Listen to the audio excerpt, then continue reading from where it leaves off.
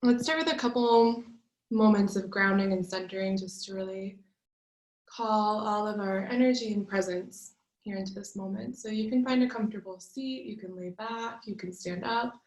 Doesn't matter to me what shape your body's in, but perhaps you'd like to bring your hands over your body. For me, I've been really feeling called to bringing my hands over my belly lately. So you might bring them there, or they could go over your heart or over your thighs. And we'll just start by taking a couple deep breaths in and out the nose. And just as you breathe here, really inviting yourself to show up fully present, just exactly as you are right now. No way you need to feel or look or be. Just giving yourself permission to feel and be exactly as you are here and now. Feeling your hands over your body. And feeling the soft rhythm of your breath in and out your nose.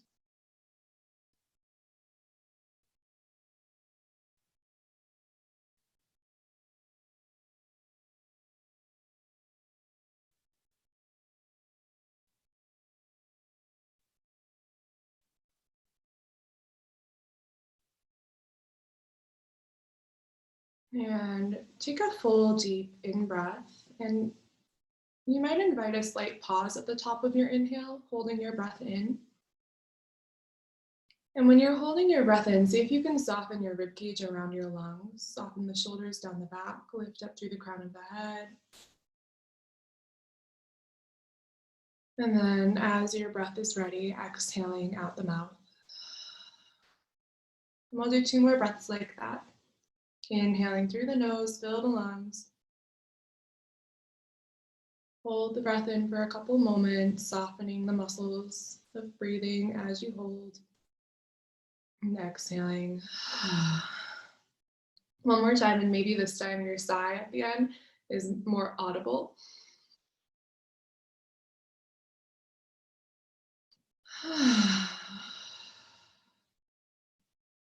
And then just slowly blinking open the eyes, and you can let your eyes just trace around the room that you're in and give yourself a moment just to orient to where you are in time and space, taking in all the sights around you, maybe plants or paintings on the wall, fabric, light, shadow. Just looking around and reminding yourself of where you actually are in time and space. Sometimes our brain turns on and then we forget where we actually are. And so this is just a moment to tune back into this feeling and the sense of, okay, I'm here, I'm at my home, stepping into my meditation practice, meditation circle. And then when that feels complete for you and you can take as much time there as you'd like, the invitation is to just type a few words into the chat box, a little check-in of how and where are you here in this moment? How you doing? How you feeling? What's alive within you? You can share as little or as much as you'd like to. And again, the chat box is just right at the bottom of the screen.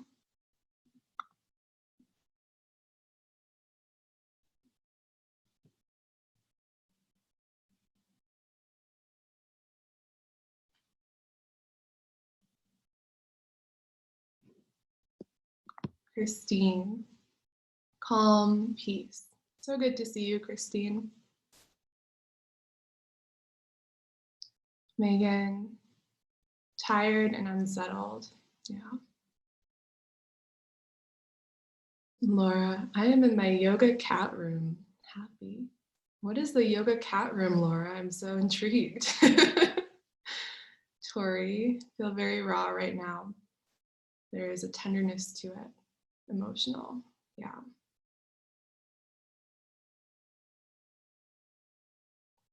Kristen, I'm so happy you're here. Tired but relaxed. Great.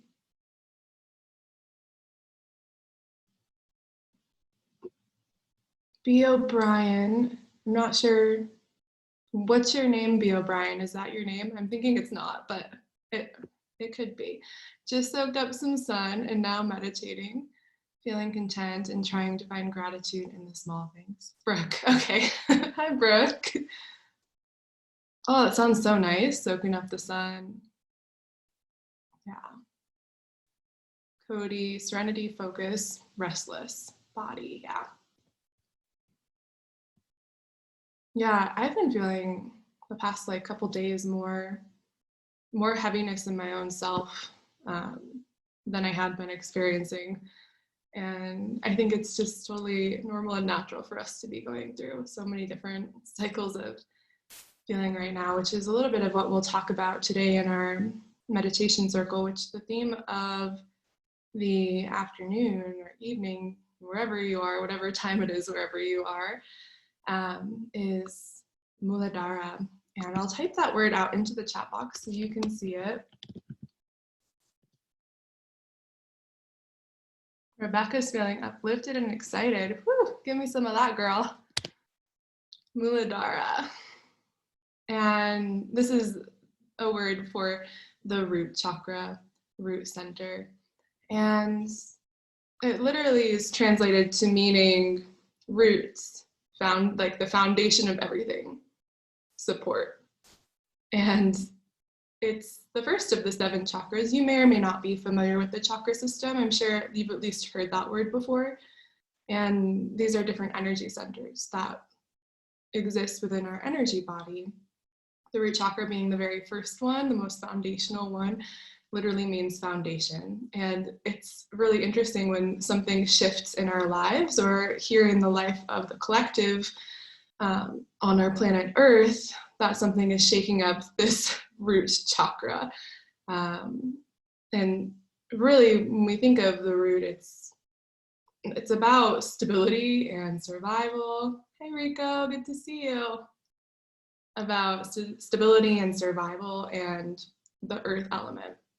And so when there's been something that's been a little bit chaotic and shaking up our routine and our lifestyle and our way of being, the root chakra can go a little bit amiss. And since it's the foundation, everything relies on our root to being stable, secure, grounded. So everything up, all the chakra systems from there on up can also get a little bit wacky.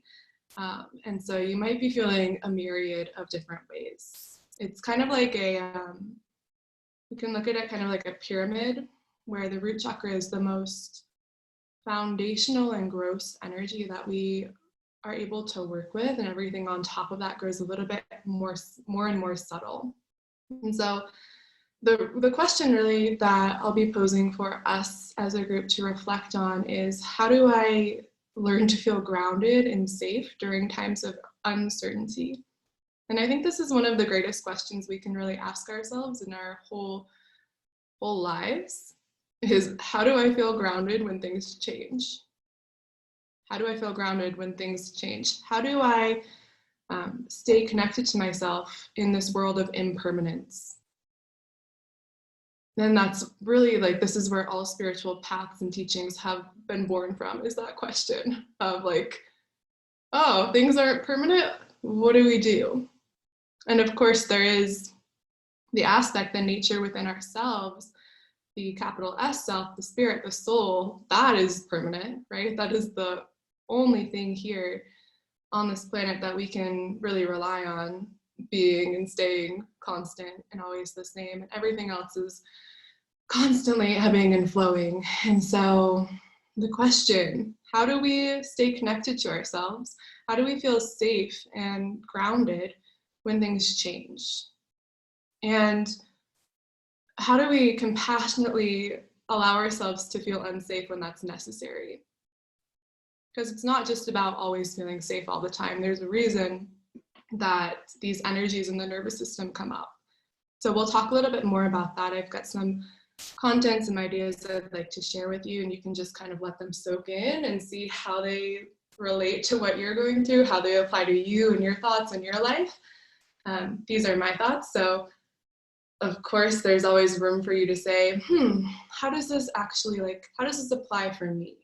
And that's what I'll invite you to kind of sit with as we dive into this content, is not just taking it in as like, this is the capital T truth for everybody, but this is one piece of the puzzle, and how could maybe it apply to what I'm going through currently here in my life, here in this moment. Does that sound good to you all? Yeah? Okay, cool. So let's dive in with we'll chat a little bit more about the nervous system. We'll chat more about the root chakra. We'll talk a little bit about one of my favorite archetypes from the yoga tradition, who goes by Ganesha. And then we'll move into some meditation and some connection at the end if you want to stay around and chat more about like, what came up for you? What are you going through? How does this apply? How does this work? We will do a little bit of journaling somewhere in the middle of all this. So if you have your journal, great. Have a pen, great. And let's dive in.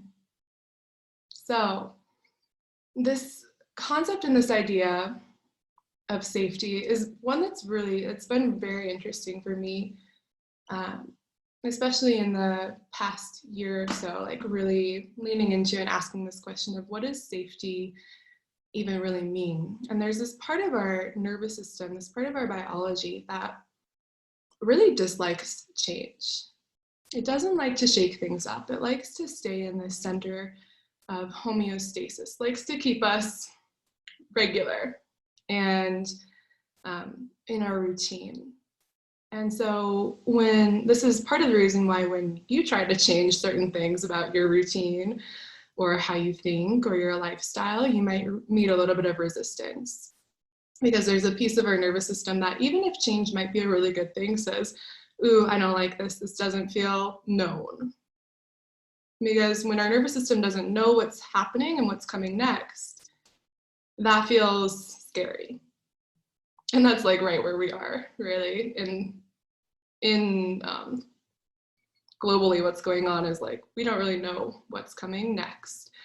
And so this happens when we're forced into it, right? We don't really have a choice, it's happening, but also happens in smaller ways throughout our lives all the time. When we are trying to make some sort of change, like perhaps you're trying to stop drinking coffee every day, but there's some part of your system that likes the stability and the knowledge of what coffee brings to you. Consistency, really. That's the word that your nervous system likes, consistency.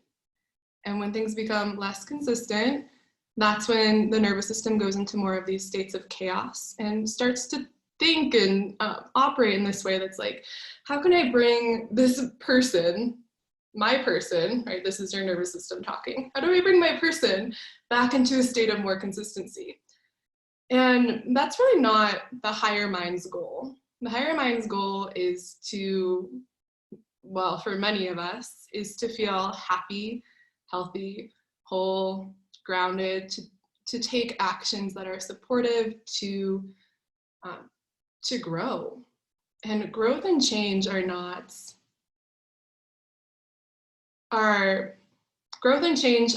really linked to one another, right? So they go a little bit of the opposite way from this part of the nervous system that likes to keep things always the same.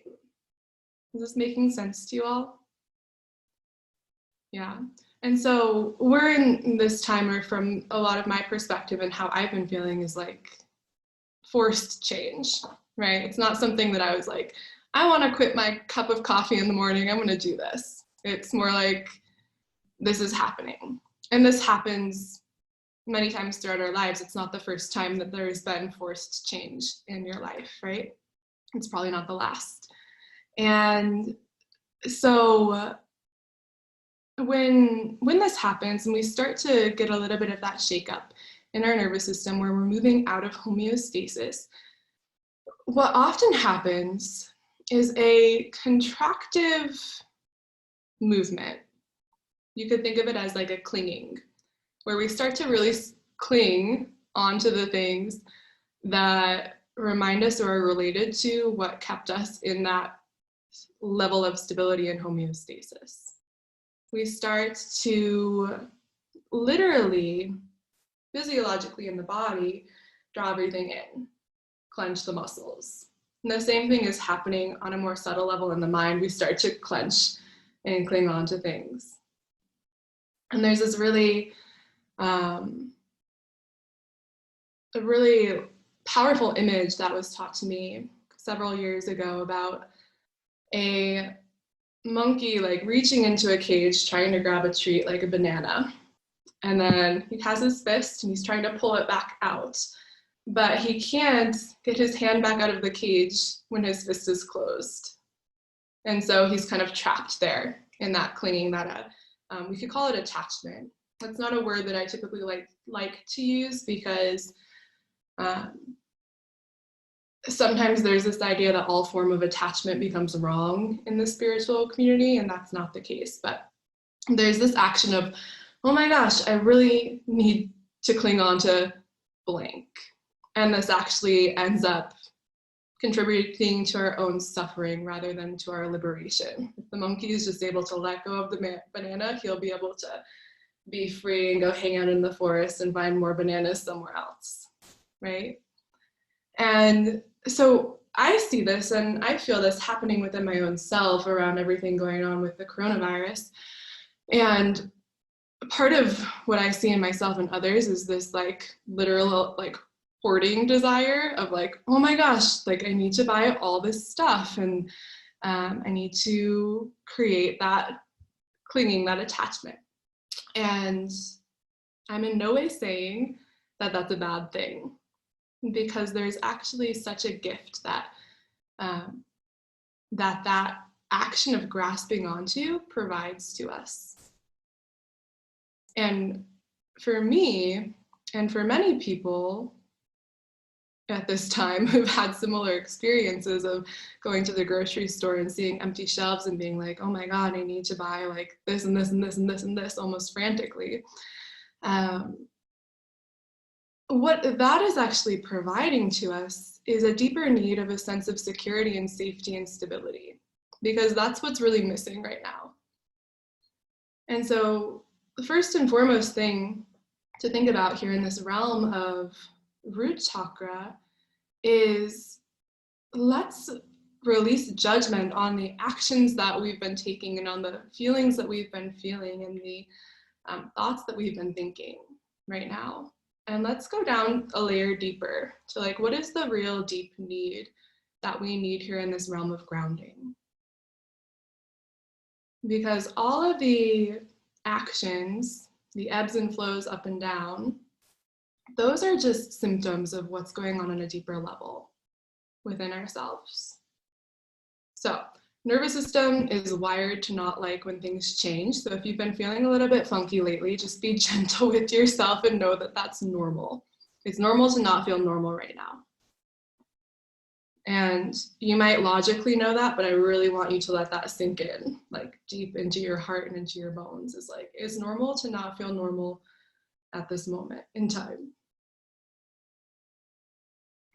Because when we have no option but to change, it can create these experiences of deep fear and scarcity in the nervous system. And I don't think there's a single human being on this planet who doesn't have that experience right here and now. And when that experience comes online, we'll be really basic about it, because there are many things that happen, but there are two main things that happen that could potentially happen. One is this term of hyperarousal, and the other is this term hypoarousal. And so when you're stressed out, when you're in scarcity, when you're in fear, which by the way is a completely natural, normal, healthy place to be when things feel scary. It's good to feel fear when things feel scary. Your nervous system either goes into hyperarousal or hypoarousal. Now, what do these mean? Hyperarousal is more of the fight or flight symptomology. This is something I've been feeling a lot quite recently, and I know from speaking to many of my friends, it's been really similar of being at home quite a lot and having all of this pent up energy in my nervous system and feeling like, oh my gosh, I just gotta like get so much done. Been like cleaning my house frantically and doing so much work on my computer. And this is the energy of go, go, go, do, do, do. I'm afraid to stop. What happens if I stop? And then the hypoarousal is more on the freeze end of the spectrum, and that's when we're in this place of pretty much feeling helpless, hopeless, I can't do it. And I've had those thoughts myself recently too, of like, oh my gosh, I can't even do this. This is hard. I just can't. And those are the sort of thoughts that are more on that freeze line trajectory of shutdown. And so wherever you are, know that it's normal and it's actually really healthy that you're there. It means that your nervous system is working and it's working really well. Today, we're specifically going to talk about the hyperarousal. But if you are in the hypoarousal space and place, I have a lot of resources for that too. So just reach out to me. I'm happy to send them your way because that can be a really tricky, heavy place to get out of as well. And so hyperarousal, I mean, maybe if you want to type in the chat box, if you've been feeling any of that energy in yourself as well, you can just say yes or no. Or you could share a little bit about like, what have you been frantically doing? Or what have you been having a hard time stopping? How has this hyper energy of go, go, go been alive in your system? And maybe for you, you're like, I don't really think it has. That's cool too. You could share that. I just want to hear from you and curious if and how this has been showing up for you.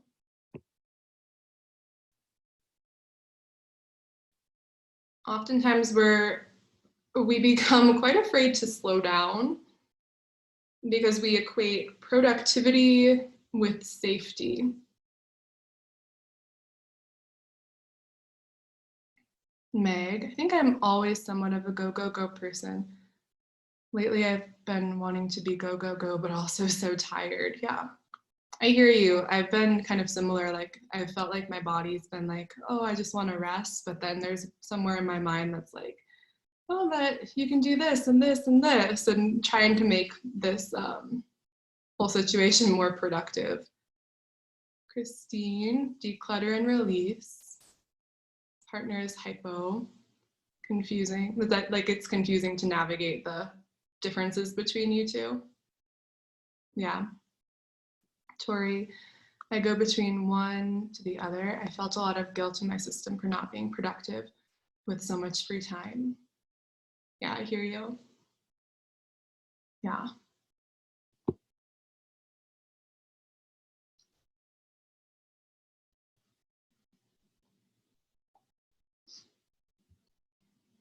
And I think part of that speaks into what I said a few moments ago of sometimes we associate productivity with safety. And I'll explain that a little bit further because I think it can get a little bit muddied. The more we're able to achieve and do, the more control we're able to feel in a situation where we feel a lot of lack of control. Cody, yep, I've felt waves of up and down, maybe back and forth between hypo and hyper. Sludgy to restless, yeah. Yeah, it's a lot.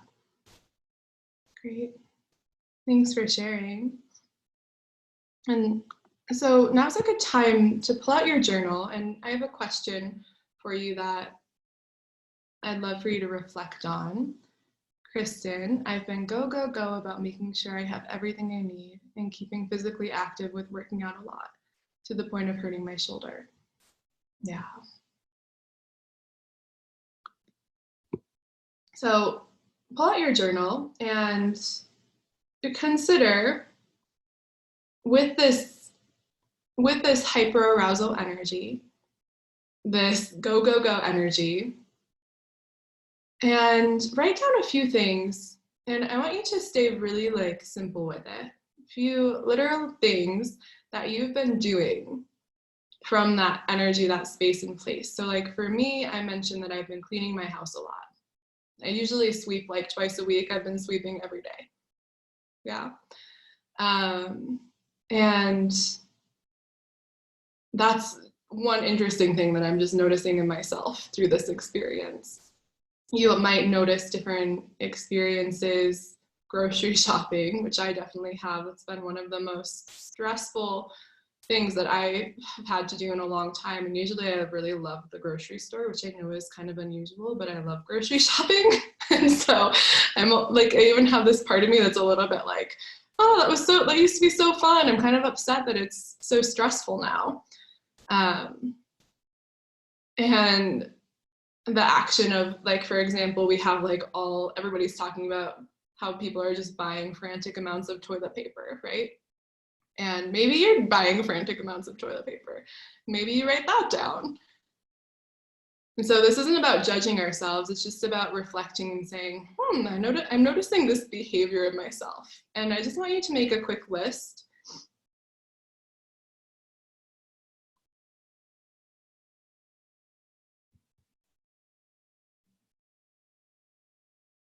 And we can just call these ways that we are coping right now.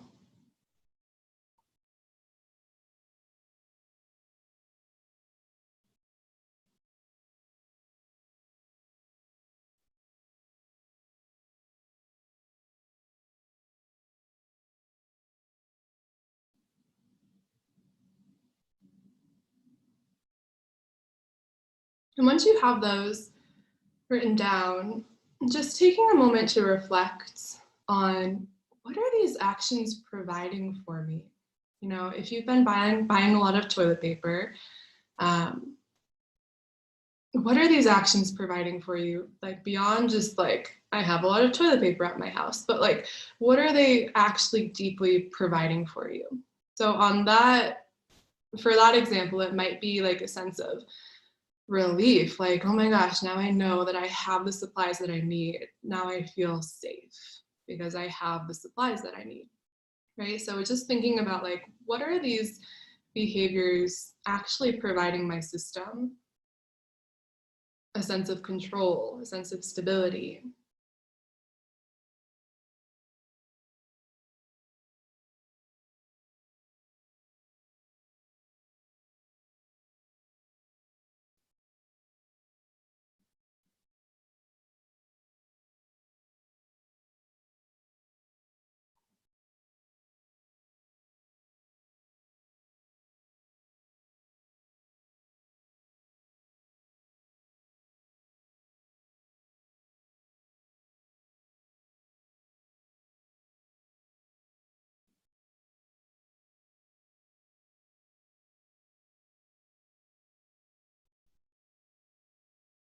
Another way to reframe this question is, what is the easeful, nourishing quality that that action is providing you? In what way has this been you taking care of yourself?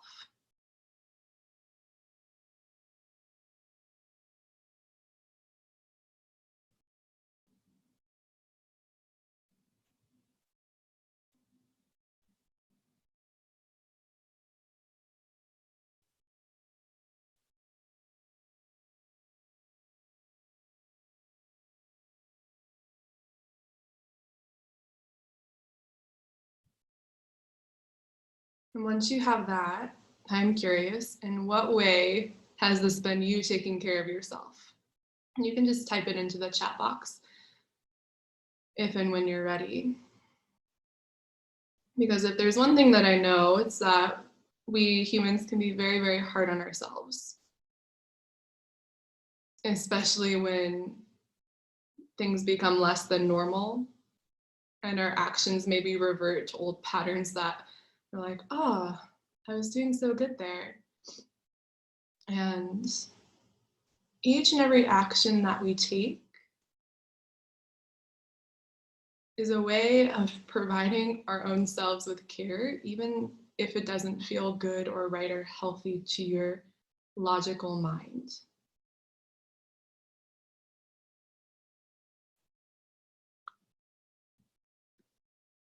Christine says, by being hyper, I find structure in which I feel safer and less stressed with the outside world.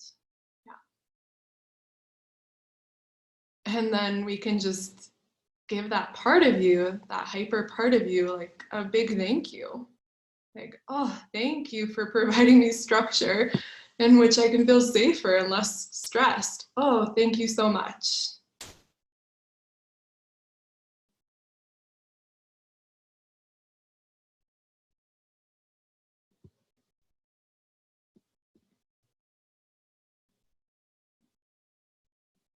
Brooke, I think the actions that I've been doing have been providing me a release of anxious energy, distraction, a sense of grounding and control, mental and emotional stability and support. Yeah. And again, we just say, thank you for those actions, which are helping provide you a sense of grounding and control. You see where I'm going with this, so I'm going to continue reading these, and as we go through, we can say a thank you for each other's parts, and you can say a thank you to your own parts. Tori, I feel like I can understand and label the unknown, uncertainty of the situation to feel safe and in control. Meg, I'm realizing that I may be in hypoarousal. I haven't hoarded or busily done anything. I think my system is forcing me to rest. Cody, marijuana, streaming Netflix / HBO gives me a feeling of slowing down, mellowing, not focusing on myself. Yeah. Laura, felt like it isn't self-care. Gives me a level of control in an out of control reality. Yeah.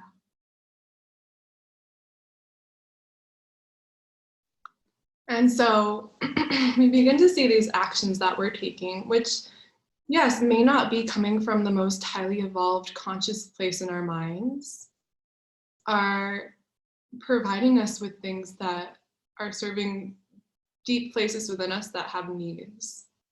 Can you see that and feel that?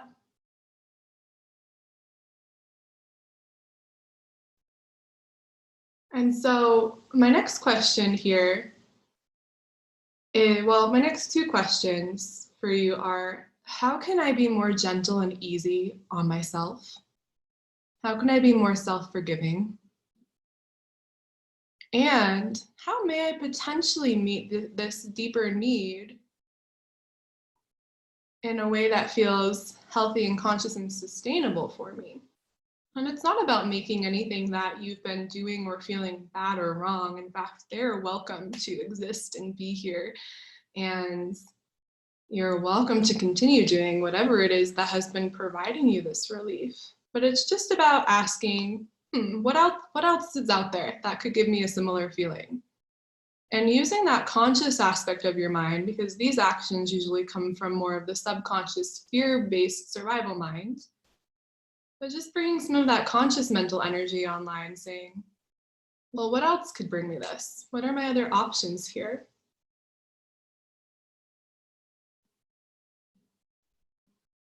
And you can take a couple moments to write that down.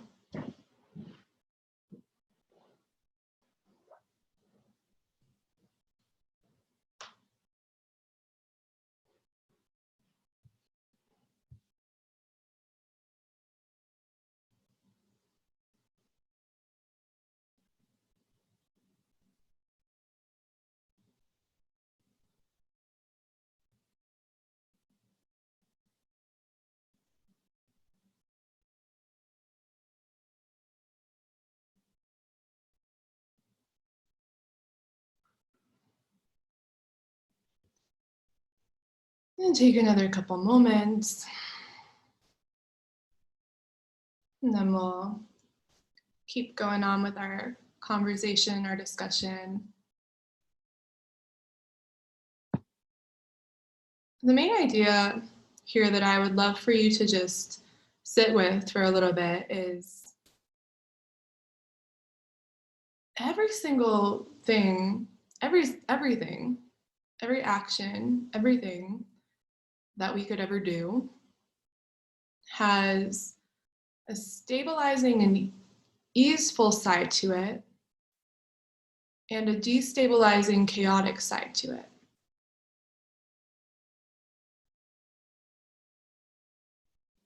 Both exist in this polarity filled world that we live in. And I believe last week, if you were here for our circle, or if you watched the recording of the circle, we talked a little bit about the what's wrong attention. Did we talk about that, Tori? Do you remember? Well, I missed a lot of it, remember? Oh, yeah, so. you're right. Do you remember, Cody? Oh, Meg says, yeah. Okay, great. Thanks, Meg. Okay, so we talked a little bit about the what's wrong attention, and I'll just mention it briefly again for those of you who didn't see last week's recording. But the what's wrong attention is this part of our brains called the negativity bias that looks for, just like what it sounds, what's wrong. What's wrong with what's going on? And it's a part of our survival brain. It keeps us healthy and alive and evolving and growing. And the issue, what's wrong with the what's wrong attention is that it leads us into just seeing this one side of the spectrum that is only looking for chaos and instability rather than seeing the full picture of there's actually a lot of goodness that is available to us in every single moment. And when we tap into and tune into this space of ease and goodness and pleasure and rest, when and how it's available to you in this very moment, which might just be taking a hand to your heart and being like, oh, yeah, I exist, I feel good here. Taking a breath. Any way that we can bring in some of that nourishment and ease into our system at any moment in time, which you can do while you're binge watching Netflix, which you can do while you're smoking your cigarette outside. You can do this self-regulation in a lot of different ways without judging yourself for it. I forget who told me this story, and I wish I could remember. I feel like it's a Thich Nhat Hanh story. One of the students of Thich Nhat Hanh was like really trying so hard to quit smoking, and was going to his teacher and saying, I really want to quit smoking, but I'm just having the hardest time, like I keep coming back to it. And the teacher said, well, you might as well just really enjoy it. Like, just really be present with your cigarette and like really enjoy it. And so he's like, all right. And through that practice, he realized he only really needed one cigarette a day rather than a pack to feel satisfied. And then it became like one a week, and that satisfied him. And then finally just breathing was like, oh, this feels really medicinal. This feels really relaxing. And so the second that we just let ourselves enjoy the things that we're doing, the less we have to stop, the less we have to micromanage all of the different aspects of our lives, and the more it just naturally and organically unfolds and lifts us into the place where we need to go. So the job is enjoyment, the job is ease, the job is pleasure, and the rest naturally unfolds. Now, why is this important with survival energy? Why is this important in root chakra discussion? Is because this is the center of survival. This is the center of fear.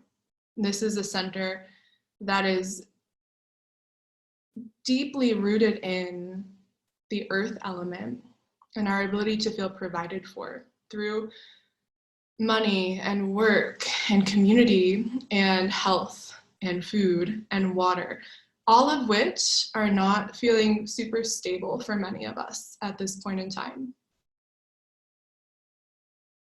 And so the job is not to consider or create a different environment than what is present right now.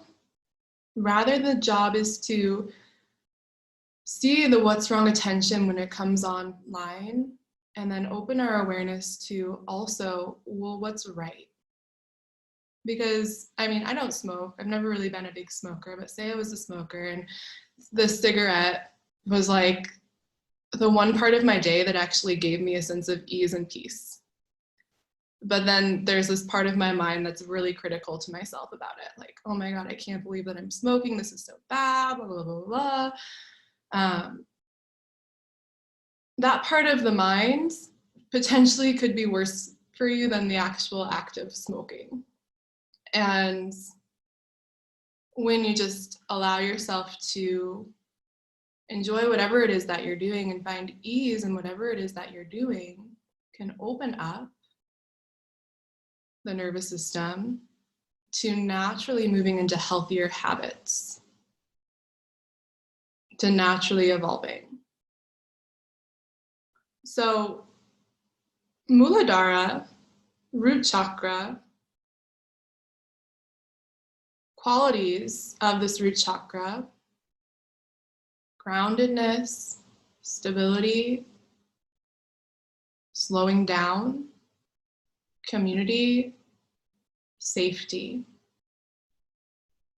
And just hearing me say those list of words, you might have your own reactions and your dialogues around, that one feels good for me, that one feels like, ooh, I don't feel that way. And wherever you are, however you are is totally okay, because one of the first and foremost ways we actually balance our root chakra energy is through the act of self-acceptance and allowing ourselves to tune into ease. So I want you to know that you don't have to do any more than what you're already doing. If you get the motivation and drive to, great. But it's not about forcing yourself through into anything, and through ease and pleasure in the nervous system.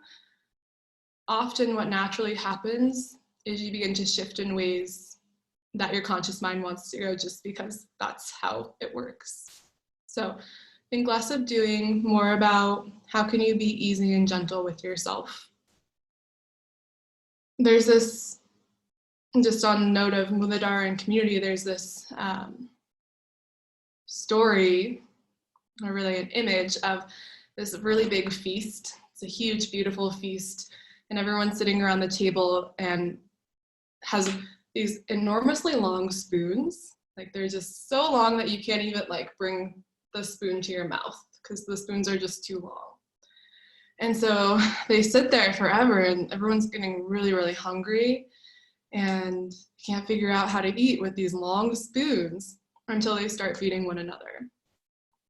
And that is the energy, that is the deep energy of Muladhara, which is not just about how do I feed myself, but how do I feed my community, my people. And in that, I'm also being fed. So this root chakra does have a lot to do with our sense of nourishment and our relationship to food. Another thing that I've definitely noticed in myself being home quite a lot is a lot of shifts around food, and my eating habits have been very interesting. Don't know if any of you ever stress eat. I'm sure I'm not the only one. But that's another way that we try to ground and nourish ourselves, is through eating, because it's literally putting more matter in our body, more weight in the body. And another medicinal quality here that we work with in Muladhara is nourishing one another and supporting one another. And that's part of the gift that we get to work with here in Circle together. So I'll say a few more words on our root chakra, and then we'll go into a practice that's really wonderful for balancing out the root. So the root chakra is really connected to this deity or archetype in the yoga tradition called Ganesha.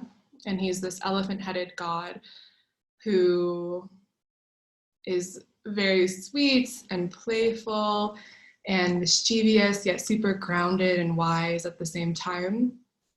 And part of his backstory is oftentimes he's known as the remover of obstacles. You might have heard of him as the remover of obstacles. That's generally what he is known as, what he's called. Yet, it's less known that he's also the one who brings the obstacles your way. So he's the remover of obstacles, yet he's also the bringer of obstacles. And when we're working with Ganesha, when we're working with the root, it really becomes apparent quite quickly that the obstacles are the way. And it's not quite so much about living an obstacle-free life, but about how you integrate and hold obstacles when they come, and how you navigate through them, not through struggling or trying to over-control things, but through acceptance and ease and everything we talked about earlier. Acceptance, ease, connection, supporting one another. The seed syllable for the root chakra is LAM, L-A-M, and we'll do a little bit of chanting with that later on. You can just listen to me chanting, or you can chant yourself as well, joining in. And part of this seed syllable, the sound that we're working with, is helping to just recharge and replenish the root energy. And it's quite important when we're in shaky times to give ourselves as much grounding as we possibly can. And some ways of doing that are by chanting the seed syllable, by doing the meditation practice we'll be moving into. And really the best, most powerful way is by putting your bare feet on the ground, sitting like back to back with a tree, breathing. That is like the most grounding, nourishing root chakra practice you could ever do. So if you haven't done that yet today, go find a tree, they're everywhere, and just lean against it for like a couple minutes. And you'll be amazed with what happens.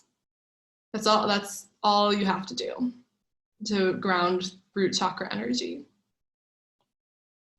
The root is also really associated with our sense of smell and our ability to, so to say, sniff things out.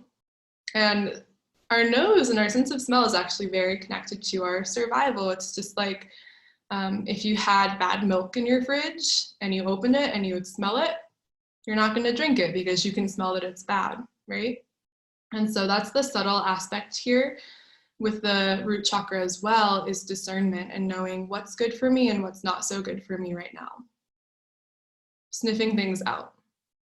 But you can also, just on this topic of like, how do I balance more of my root energy, you can also use smell to help provide you with a sense of safety. And so aromatherapy and essential oil usage and just finding smells that you really like right now is also really helpful and beneficial for balancing the root chakra.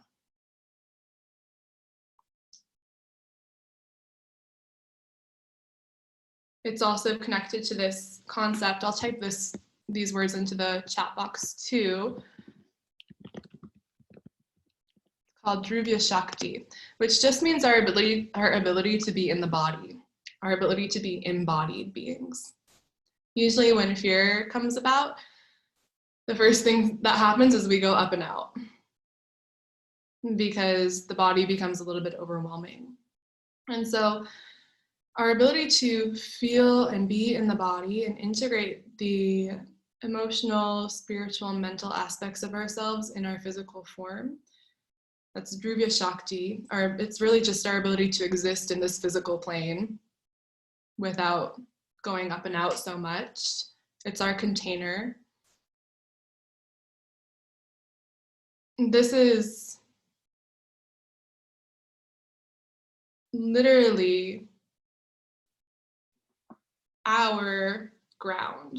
This is the earth. The body is the earth of the being that we are. And so when we are in the body, we are in the earth element of ourselves, we are grounded. And especially in the feet and the legs, those are really connected to the root chakra.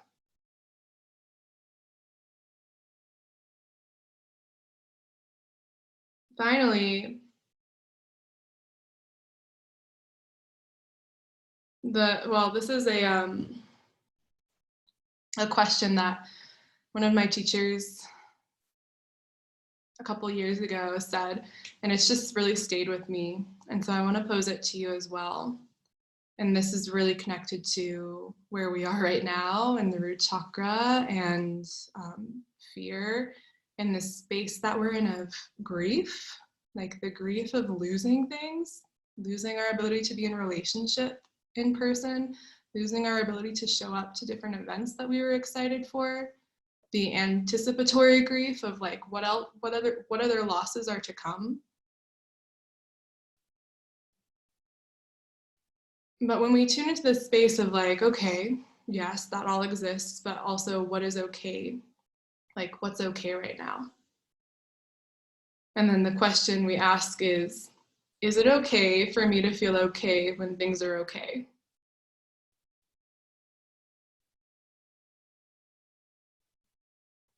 Is it okay for me to feel okay when things are okay?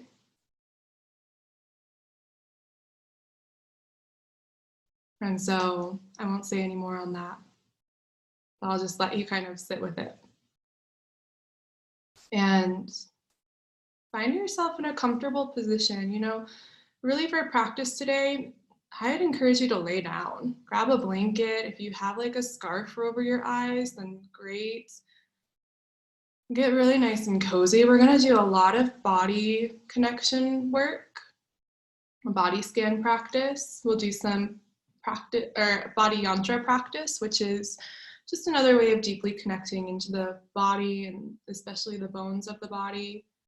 We'll do some guided visualization and end with a little bit of our mantra chanting. So I'm going to give you a minute or so to just get yourself really comfortable.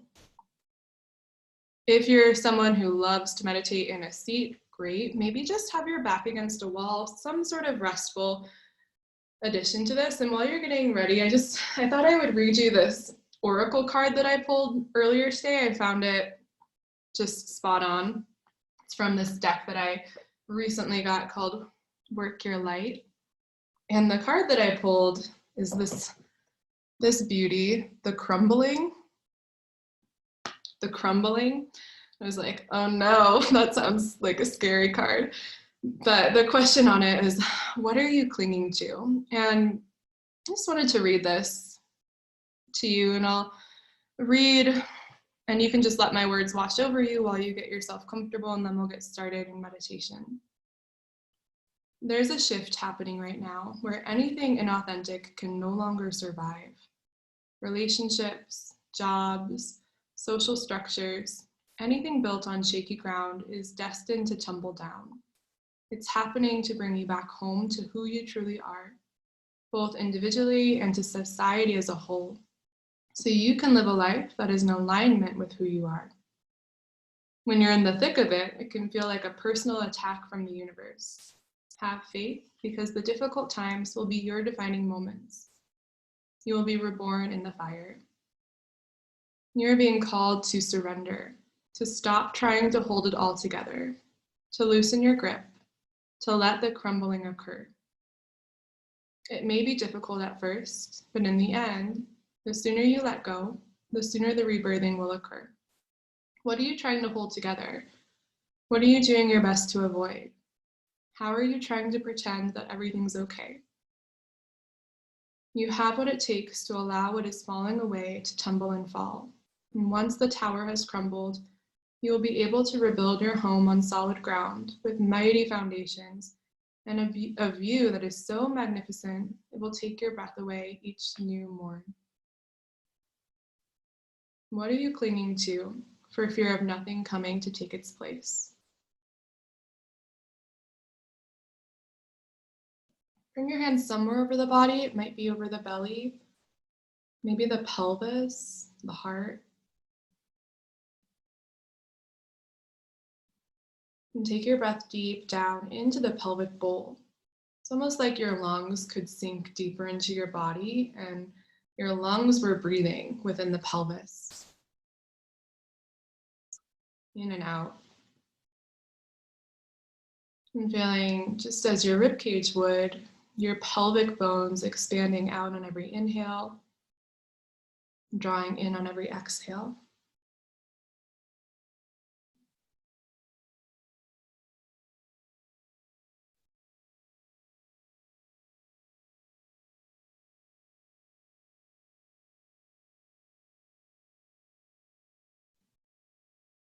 Perhaps filling your pelvis and especially the pelvic floor with a deep crimson red color of the root chakra. Just letting that fill the pelvis and the root as you breathe.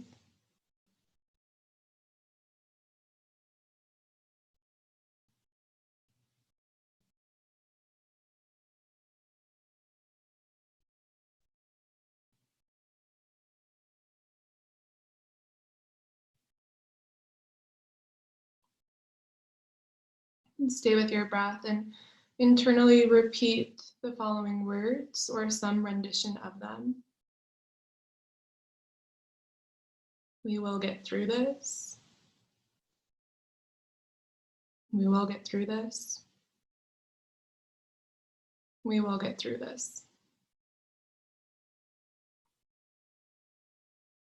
And literally sense and imagine your own self on the other end of this, smiling and happy and doing all the things that you truly, truly love.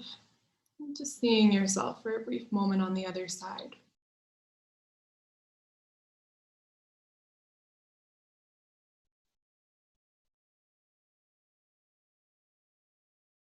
And we'll move now through a body scan as I call out each space and place in the body.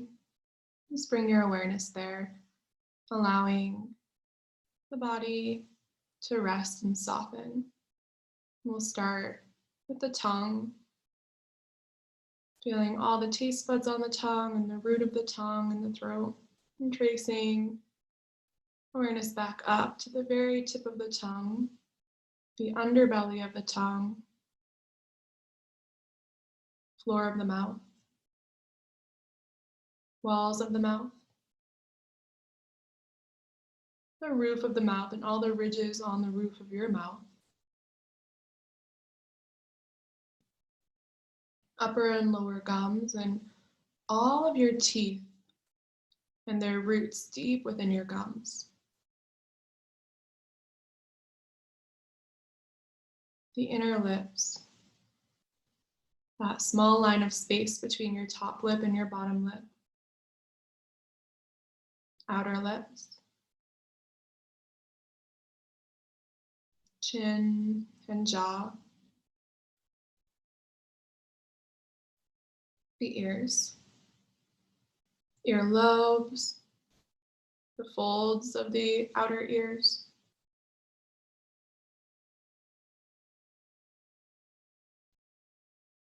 inner ears. Swirl your awareness into the inner ears.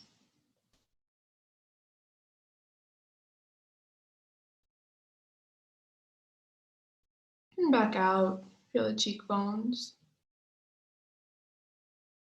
the space between the top lip and the nostrils, feeling the nostrils and the softness of air as it moves in and out. Tip of your nose, inside the nostrils and the sinuses. Swirl the awareness around and through the sinuses. And back out the nostrils, bridge of the nose.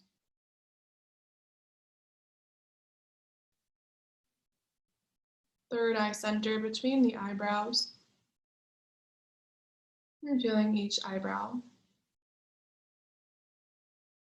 Eyelids. And the eyes. And even the back side of the eyes where your ocular nerve reaches back, attaching to the brain. And back up and out to the eyelashes,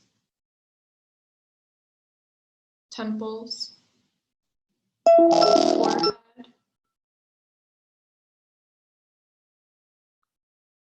scalp, and the back of the head, nape of the neck,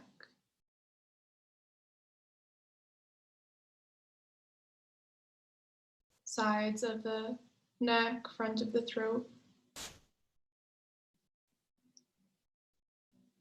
And feel the shoulders. And let your awareness move into one shoulder in particular. It doesn't matter which one, whichever one it goes into first. And let it fill that whole shoulder, from the shoulder blade, feeling the collarbone, the front side of the shoulder, top of the shoulder, the armpit, upper arm, elbow, lower arm, wrist, palm, thumb, pointer finger, middle, ring, pinky finger, all the fingertips. And let your awareness swirl and swim up the fingertips, up the palm, the wrist, the entire arm, right back into the shoulder. And then over into the second side, second shoulder, feeling that whole entire shoulder, the shoulder blade, front of the shoulder, top of the shoulder, armpit,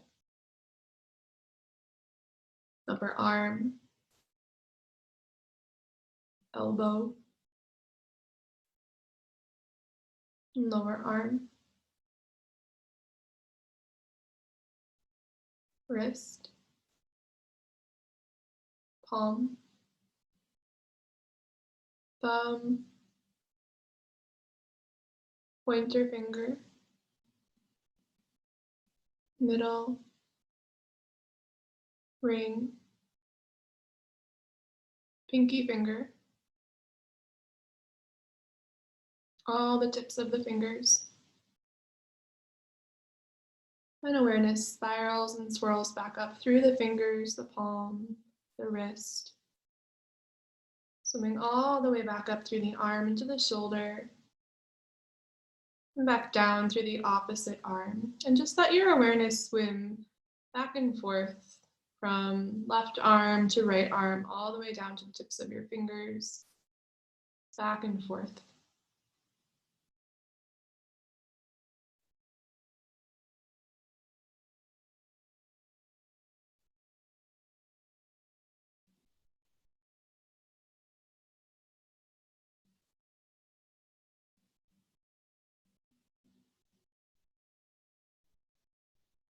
And feeling the sternum and the rib cage and each and every rib as it wraps around the torso, the lungs and the heart within the ribs,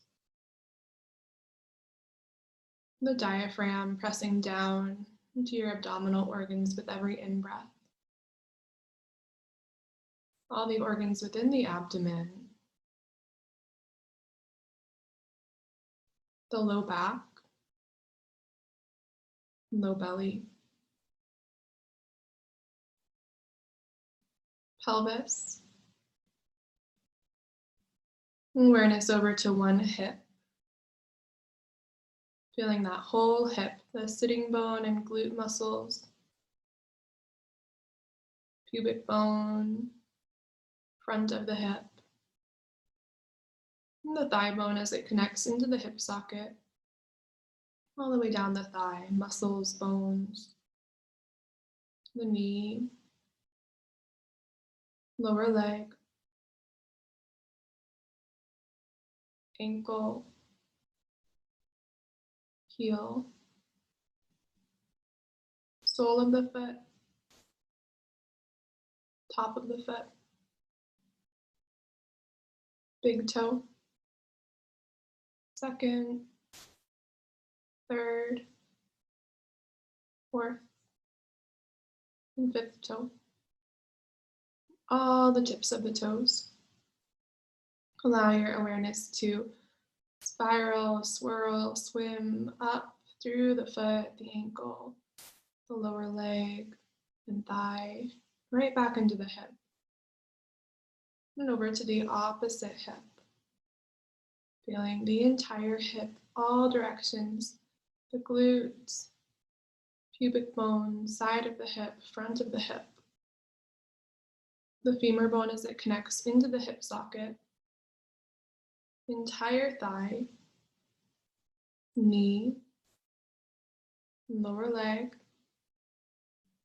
ankle, heel, sole of the foot, top of the foot, big toe, second, third, fourth, fifth toe, all of the toe tips. Spiral and swirl awareness back up through the foot, the ankle, the leg, into the hip.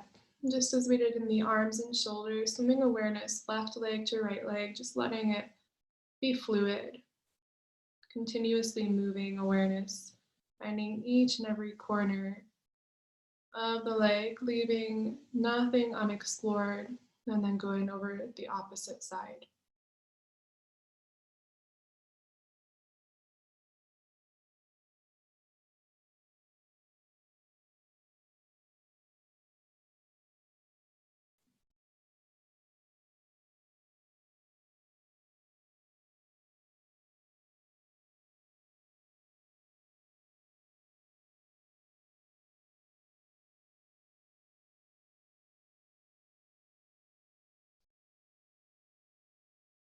And let your awareness swim all the way to the very, very tip of your tailbone, or wherever you might imagine that to be. If you're not 100% sure, just let your mind take you wherever you'd imagine the tip of your tailbone to be.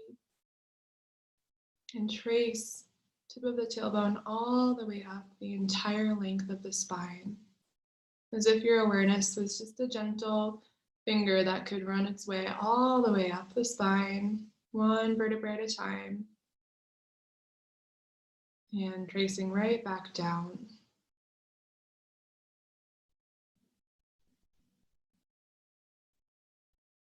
And finding that caress of awareness a couple more times up the spine, maybe all the way to the crown of the head, and back down.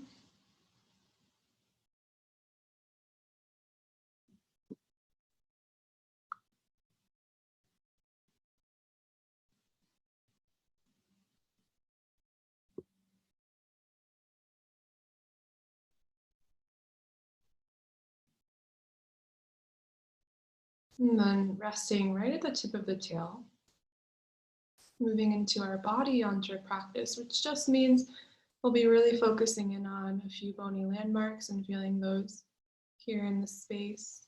So feeling the tip of the tailbone as one of those bony landmarks, and the other two are your hip crests. So that spot, the top of the left hip, the top of the right hip, where if you were standing with your hands on your hips, that's where your hands would go. And simultaneously drawing a line from your tailbone to the hip crests and back down. Again, you might imagine that this was a caress of your awareness just from the tailbone to the hip crests. You can imagine a stream of energy, water, light.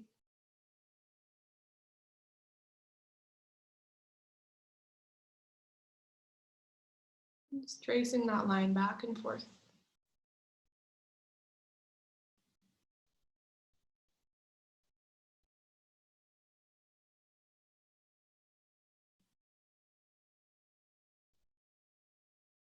And then once you arrive at the hip crests the next time, and just trace from the left hip crest to the right hip crest, back and forth. Just letting that stream of your awareness circulate and move left to right, Can be at any pace you'd like. Could be quick, could be slow.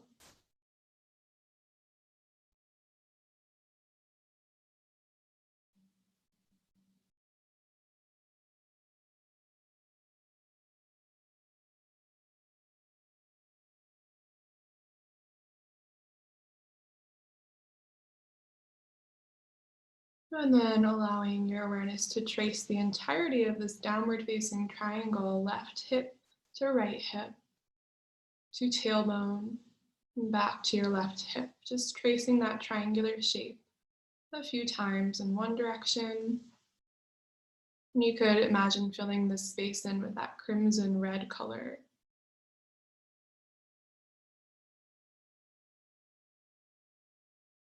And tracing a few times the opposite direction.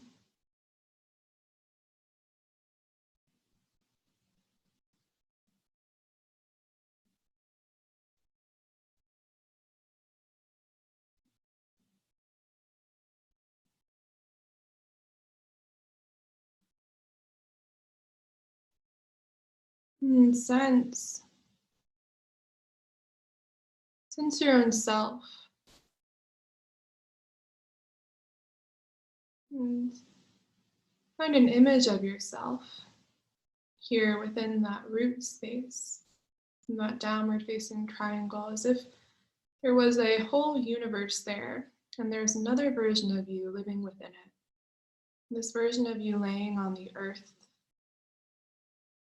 Notice what the soil is like beneath you. Perhaps it's moss or tall grass. Maybe you'd rather be floating on water.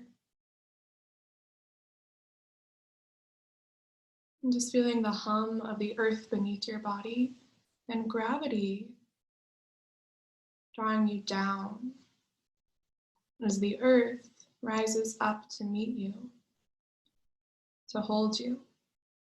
Allow yourself to be held.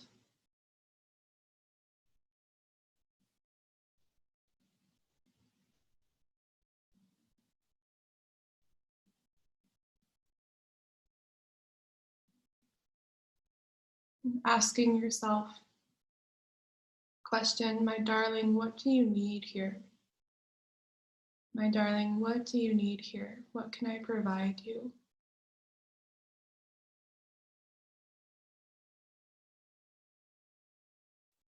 And whatever comes to mind, maybe it's a weighted blanket, maybe it's a hug, maybe it's something more subtle.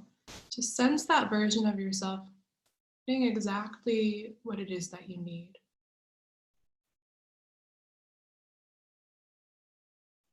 And sense what that feels like.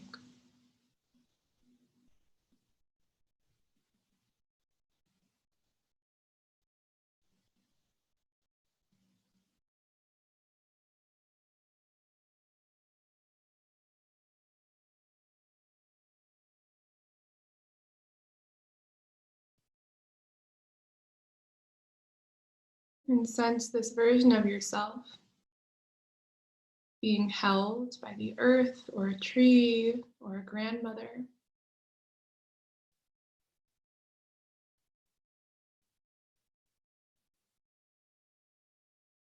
And saying the following words or some variation of them. We will get through this. We will get through this. We will get through this.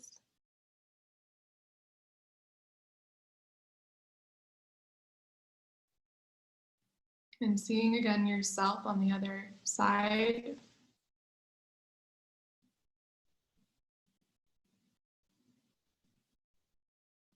And seeing all there is to look forward to.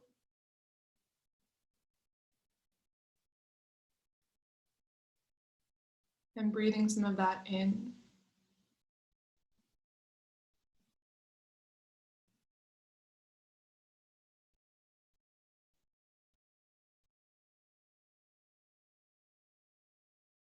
Taking those deep pelvic breaths once again, as if your lungs were inside your pelvis, filling the pelvis with a crimson red.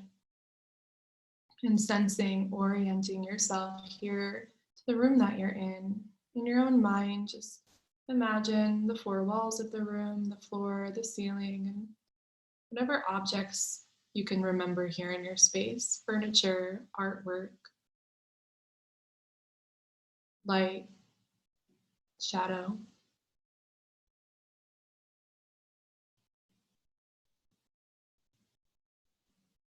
Notice sounds in the surrounding space, my voice, any sounds of the building you're in, sound of your breath.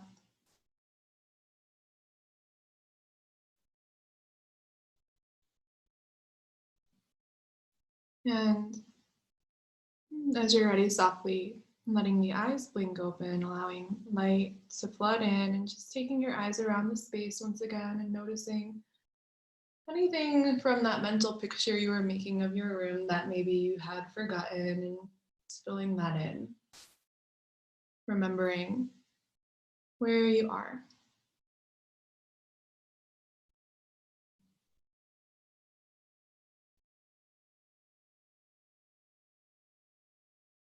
And if you'd like to, you're welcome to write anything that came up for you in your journal or the chat box as you're ready. And doing whatever it is that you need to do to really bring yourself back here in this space. I'll give you a minute or so for any reflections.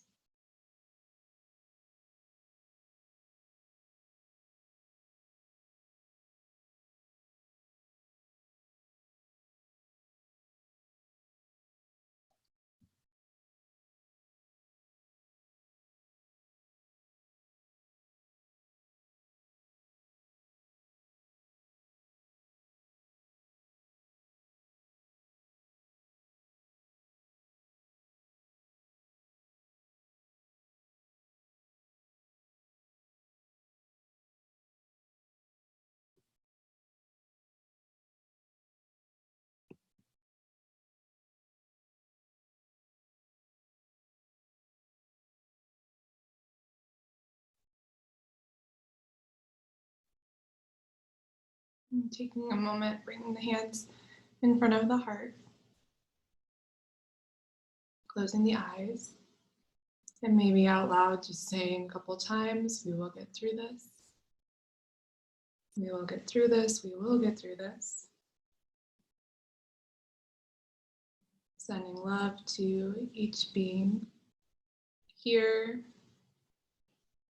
and beyond. Namaste.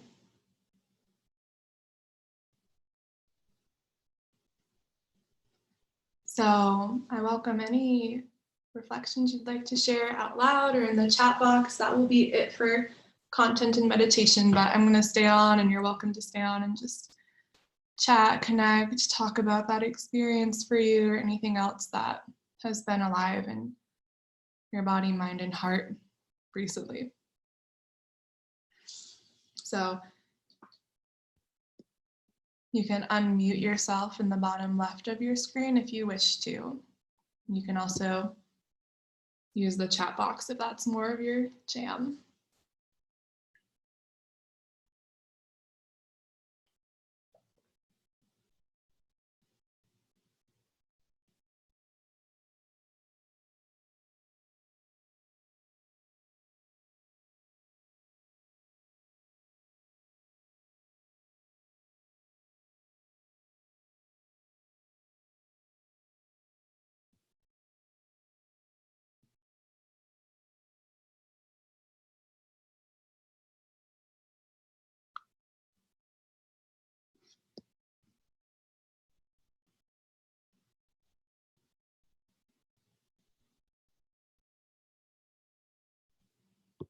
Thank you, Kristen. It's so nice to have you.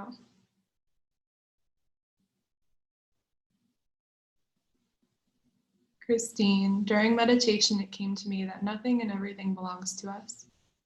It arrives, it flows away, and so on. Wow, that's powerful.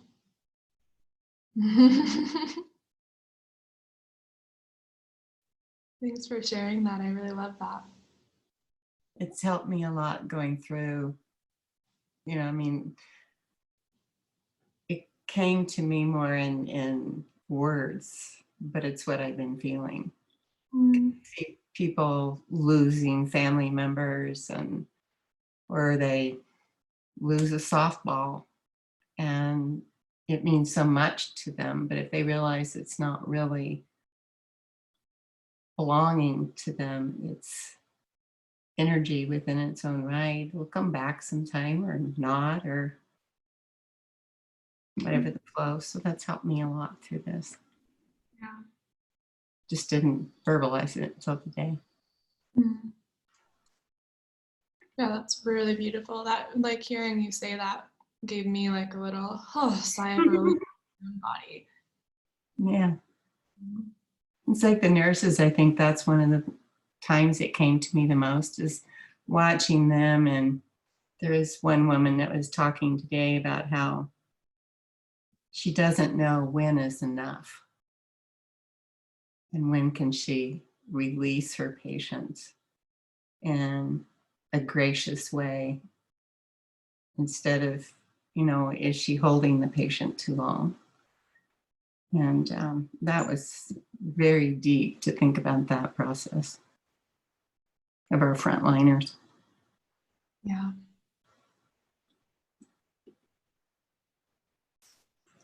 How's Ted been doing, Christine? Right. How's Ted been doing? Oh, he's doing well. We're doing a lot of walking. So, Mm. and a lot of avoiding people, and we have a blessing that we get to go to Whole Foods an hour before the rest of you, just because we have white hair, but we get carded. So you take out your driver's license and prove it to them. But there's and we're watching the herons very closely. The herons are about a week to week and a half away for some of them to begin to have young arrive. Well, that's really sweet.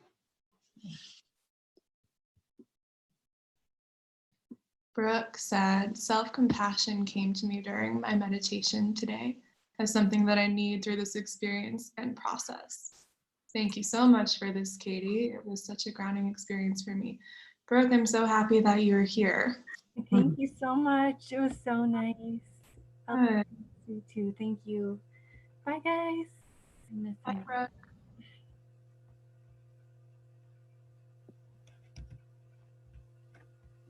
What is Kitty's name? My kitty? Uh-huh. You want to meet him? Should I go get him? Sure. It makes us feel good.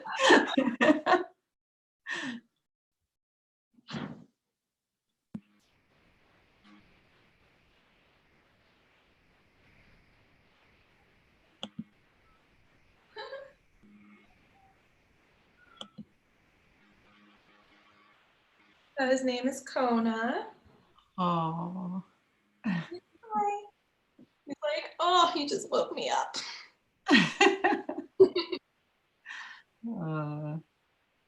Sleepy boy.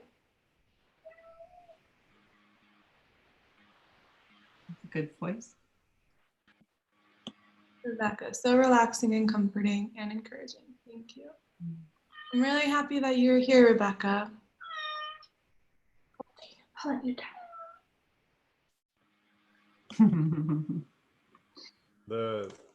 The dogs liked your meditation. I saw them running around earlier. I'm glad that I put them to sleep.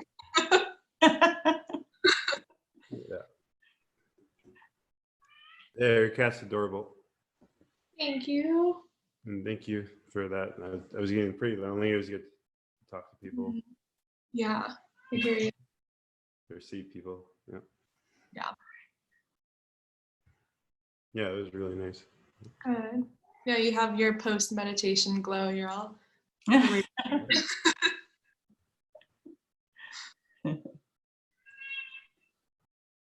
How have you been doing, Richard? Yeah, I journaled, and I just didn't share it with the class. I think, this is like a great. I'm treating the virus like a Vipassana retreat. I'm trying to change my. I mean, it's been really rooting for me, but yeah, Um, anyway, yeah, I don't know. This has mostly been a positive thing, but there's definitely changes happening. Yeah. Yeah. I don't know. Yeah, no, I'm pretty tired right now. Yeah.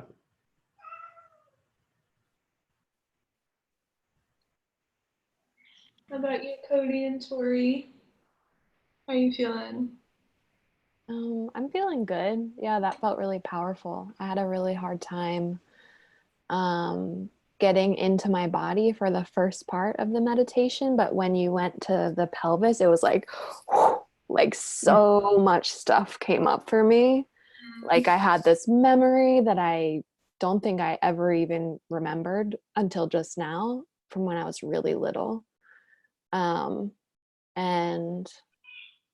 yeah, that just felt so powerful. It was interesting how fast it happened when we got to working with the pelvis. Yeah. And I just love you so much. So I always just love to be, you know, basking in your presence, Katie. Tori. Was Yeah. that for the body yantra? Yeah. Yeah. Yeah. That's like super natural, common for old memories to come up. Yeah. Yeah. Notice like dreams or something tonight, I just like invite you to be extra aware of that and write down your dreams in the morning. Help that continue to process through. Yeah. Yeah. Thank you. Mhm. Yeah. And if like I know sometimes memories can feel intense too. And if it was an intense memory, please reach out and I'm happy to like chat with you about it or anything, any sort of support that you might need around it. Thank you. Yeah. I'm not even sure really what it was. It was very like fragmented, but it was a little bit intense. So I might reach out to you. Please do. Yeah. Thank you.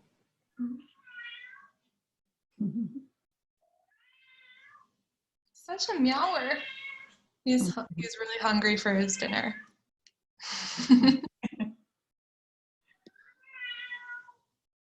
How about you, Cody? Well, I don't remember much of the meditation. And then kind of faded out somewhere. It's good. I think my takeaway is maybe take more opportunities to just lay on my back. Like, Yes. or going to sleep at night. Like, not waiting till sleep time, but just doing that. Mhm. It's a good thing for me. That reminded me that was something that was like a strong message for me when I meditated about a week ago. That was just like, you just need to lay on your back more often, just like on the floor, like lay on your back on the floor every day. And I haven't been doing it. So thanks for the reminder. Like, that's super healing.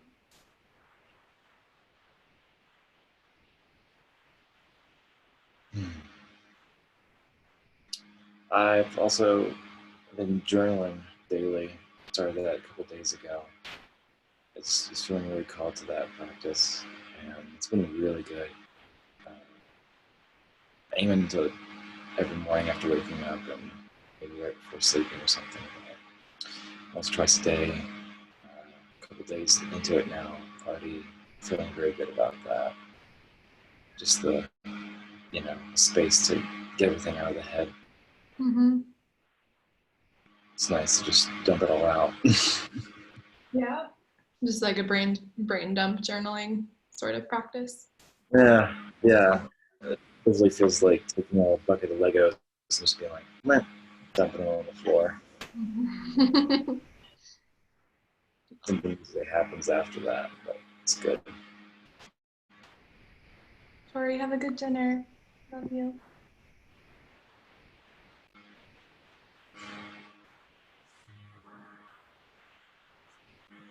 It's nice to see your face, Rico. Yeah, long time no see. I've since seen you since before the whole world changed. Yeah, I was trying to think of something funny to say. You got it. You did it.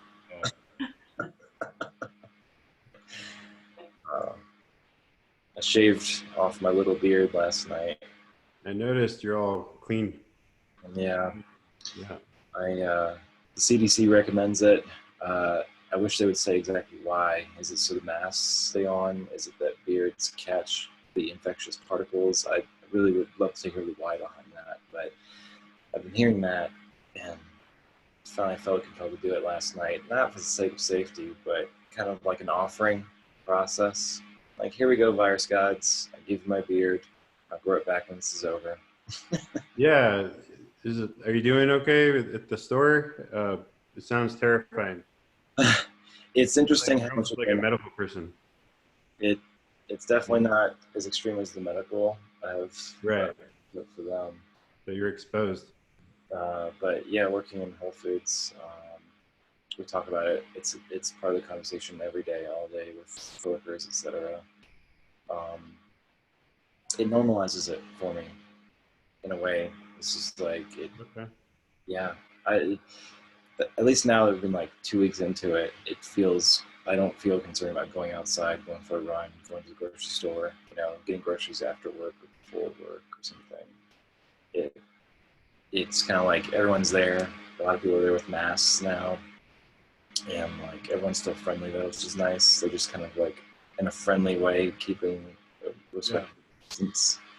You have a mask at work? No, we don't wear masks at work. We're not required to. We're welcome The only to. reason to shave is for the seal that I could think of. Yeah, that or like the particles in the air or something. But if that's the case, shave your hair too. Exactly.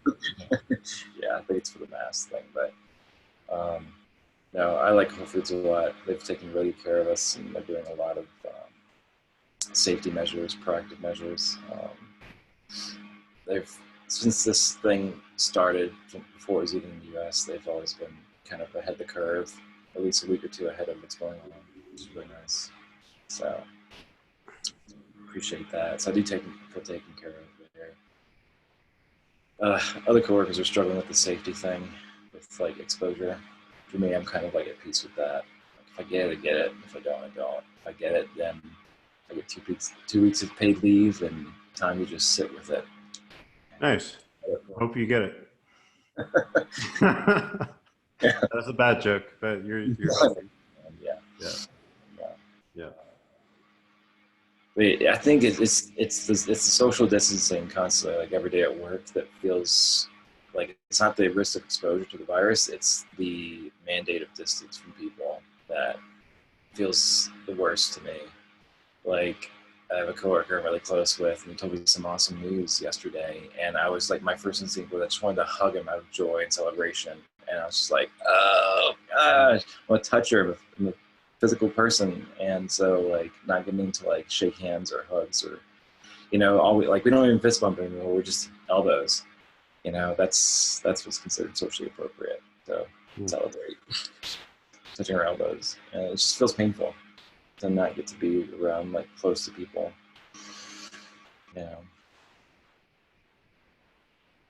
Every day I'm at work, I'm reminded of that.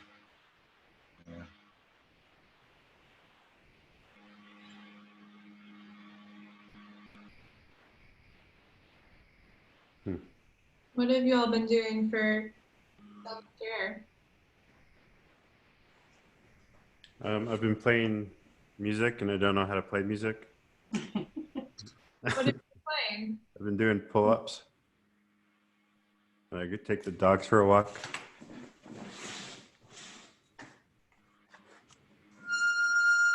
Oh, fun. Dog is a singer as well.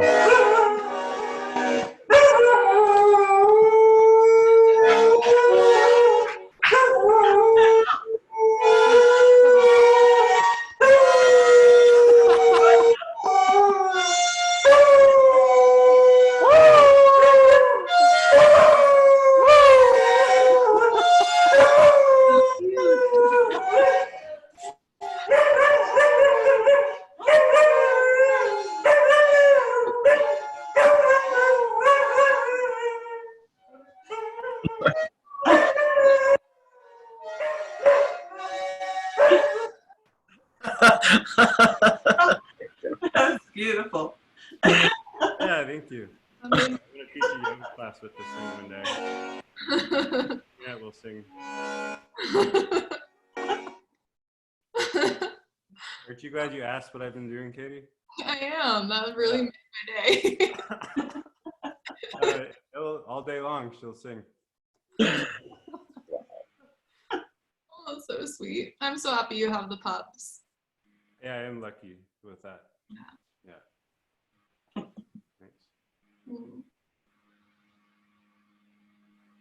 But I've also been I binge watched yesterday, so I'm not perfect. Like I'm being more creative, but then I'm also lethargic a little bit. Oh, like Tubi, it's like Netflix but free. Yeah. Anyway. Yeah.